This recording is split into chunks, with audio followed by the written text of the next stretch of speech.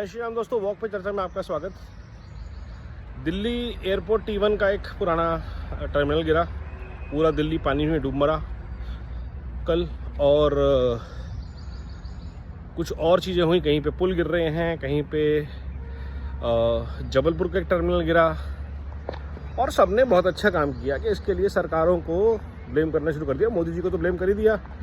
दिल्ली में चाहे केजरीवाल जी की सरकार है, जो कि राहुल गांधी के साथी हैं, उनको किसी ने कुछ नहीं कहा। NDMC, PWD, MCD, Delhi government सब उनके पास है, सारे पैसा रिसोर्सेज सब केजरीवाल सरकार के पास है और लोग उनके धरने पे बैठ रहे हैं, लेकिन काम नहीं हो रहा।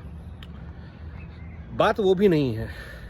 असली मुद्दा है जो हम बहुत दिनों से कह रहे हैं, वो है भ्रष्टाचार। GMR ने एयरपोर्ट जब बनाया, इस सबको पता है GMR कौन था। वो एक ठेकेदार था आंध्र प्रदेश का, जो कांग्रेस का नेता था और जिसने लाखों करोड़ों रुपए कांग्रेस को चंदा दिया। वो चंदा कहाँ से आया? ठेकेदारी के काम से आया। ठेकेदारी में जो भी काम करता है वो रिश्वत देता और लेता है, ये सबको पता है।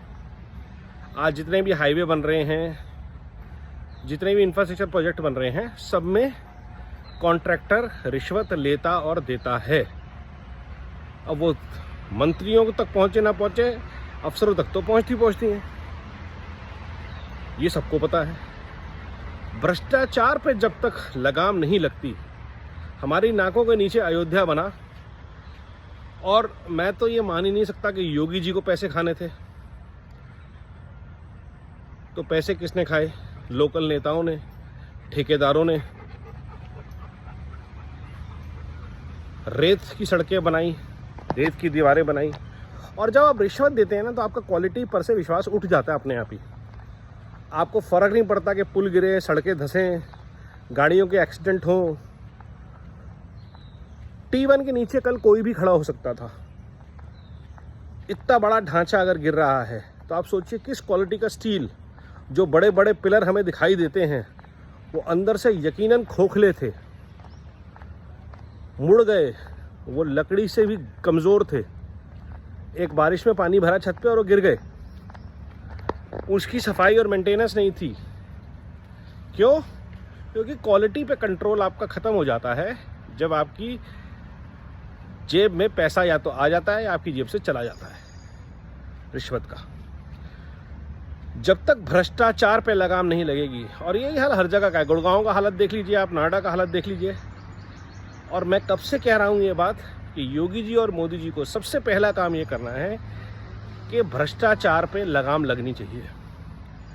किसको कॉन्ट्रैक्ट मिला, किसने काम नहीं किया, किसने चीज़ें बनाई जिसकी वजह से हुआ, उनको जेल होनी चाहिए, नाम लेके जेल होनी चाहिए, कंपनी ब्लैकलिस्ट होनी चाहिए। जिस सड़क पे गड्ढा होने से अगर एक्सीडेंट हो, उसका खामियाजा उस कंपनी को भुगतना पड़ेगा जिसने वो सड़क बनाई।